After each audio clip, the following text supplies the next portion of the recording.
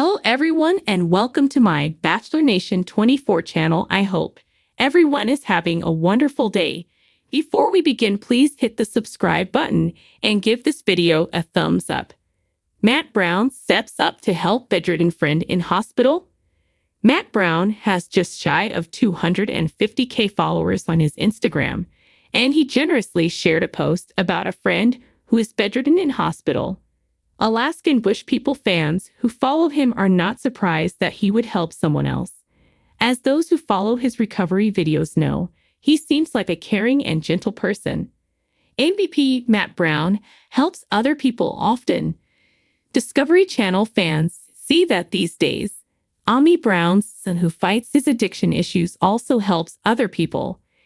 In the comments of his many posts, a lot of followers claim that he motivates them to stay sober, or they stay motivated in other areas of their lives. Often, he's described as an inspiration. Ironically, some fans think that the outsider of the family seems way more selfless than his siblings who seem to be estranged from him. Matt Brown clashed with his dad before Billy Brown passed away, so he has deep emotional feelings about that. However, he has a friend named Michael, who he hangs out with.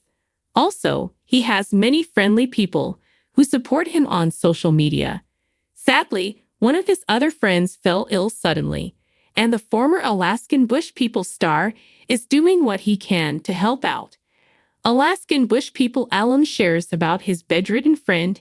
ABP fans saw that his latest Instagram post wasn't about his own recovery. Instead, it was about a friend named Alex. The former Discovery Channel star wrote a long explanation about what happened and why he wants to help Alex and his wife, Brenda. I want to share this with y'all guys. Our friend Alex is in the hospital recovering from surgery. He had a brain bleed.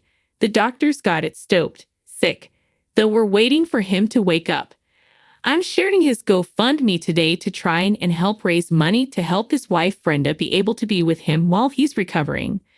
The money is so she can pay to travel between the hospital and work and be able to stay in a hotel close to him. Matt Brown also shared the GoFundMe link on his bio, and you can visit it here. The fund, which was started by Brenda on December 27, received 29 donations so far. And it looks like Matt Brown's efforts helped as 5 people donated since he released his appeal. So far, the fund reached $1,040 raised of a $5,000 target. In the meantime, his ABP fans responded in the Instagram comments. You have a beautiful soul at Matt Brown 511. Prayers for both of you. I wish I could help, only can pray that he has a speedy recovery and Brenda gets to be by his side. Sending prayers for Alex's healing and recovery. May God protect and provide for him and Brenda. Matt Brown sat quietly in his modest living room, the hum of the air conditioner the only sound breaking the evening stillness. The phone call he had just received echoed in his mind, the words tumbling over and over again. John's in the hospital. He's bedridden and needs someone to help him. John Parker had been Matt's best friend since their high school days. They had shared countless adventures, late-night talks, and a bond that time had only strengthened. Hearing that John was in such a dire situation was like a punch to the gut for Matt. He couldn't let his friend suffer alone. Without a second thought, Matt grabbed his jacket and keys. The hospital wasn't far, but it felt like miles as he sped through the quiet streets, his mind racing with worry and determination. He arrived at the hospital, its sterile walls and bright lights a stark contrast to the warm and vibrant life John had always exuded. Room 304, the nurse at the reception desk directed him with a sympathetic smile. Matt thanked her and hurried down the hall, his heart pounding in his chest. He didn't know what to expect, but he knew he had to be strong for John. When he entered the room, he was taken aback by the sight before him. John, who had always been full of energy and laughter, lay motionless in the bed, pale and frail. The machines around him beeped softly, a constant reminder of his fragility. Matt took a deep breath and approached the bed, forcing a smile as John turned his head slowly to meet his gaze. "Hey, buddy," Matt said, trying to keep his voice steady. "How are you holding up?" John's eyes, though tired, sparkled with a glimmer of the old mischief. "I've been better," he replied weakly, his voice barely a whisper. "But seeing you here makes it a little easier." Matt pulled up a chair and sat down, reaching out to take John's hand. "I'm here now, and I'm not going anywhere," he promised. "Whatever you need, I've got you." Over the next few days, Matt became a constant presence in John's room. He coordinated with the hospital staff, ensuring John received the best care possible. He brought books, movies, and anything he thought might lift his spirits. He even managed to smuggle in some of John's favorite snacks, much to the nurse's chagrin. Matt also took on the role of communicator, keeping John's family and other friends updated on his condition. He spent hours on the phone, reassuring John's worried mother, making sure his work responsibilities were covered, and even handling his bills and other obligations. Matt knew that these practicalities could weigh heavily on John, and he wanted to alleviate any stress he could. One evening, as Matt sat reading aloud from one of John's favorite books, he noticed John watching him intently. "What is it?"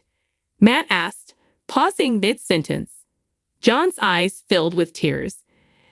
"I don't know what I would do without you, Matt," he said, his voice breaking. "You've always been there for me, but this is more than I could ever ask for." Matt squeezed his hand gently. "You'd do the same for me, John. That's what friends are for. We look out for each other, no matter what." As the days turned into weeks, John's condition began to improve. The color returned to his cheeks, and he started regaining some of his strength. The doctors were cautiously optimistic, attributing his progress not just to the medical treatment, but also to the unwavering support and positivity Matt brought into the room each day. One afternoon, the doctor pulled Matt aside. "I have to say, Mr. Brown, your dedication to your friend is remarkable," she said. "I've seen patients recover faster with the support of loved ones, but what you're doing goes above and beyond." Matt shrugged modestly. "He's my best friend. I'd do anything for him." The doctor smiled. "It's rare to see such loyalty. Keep it up. It's making a difference."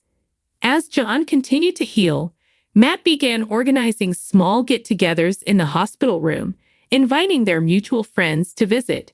He knew how much John missed social interaction, and these visits were like a breath of fresh air for him. They brought laughter and joy, filling the room with life once more. One evening, as the sun set and cast a warm glow through the window, John looked at Matt with gratitude in his eyes. "You know, Matt, when I was at my lowest, I felt like giving up. But every time I saw you walk through that door, it reminded me that I had something worth fighting for." Matt smiled, his eyes moist with emotion. "You're not alone in this, John. We'll get through it together." Months passed, and John eventually recovered enough to be discharged. Matt was there, helping him pack his belongings, making sure everything was in order for his transition back home. He even arranged for a home care nurse to visit regularly until John was fully back on his feet.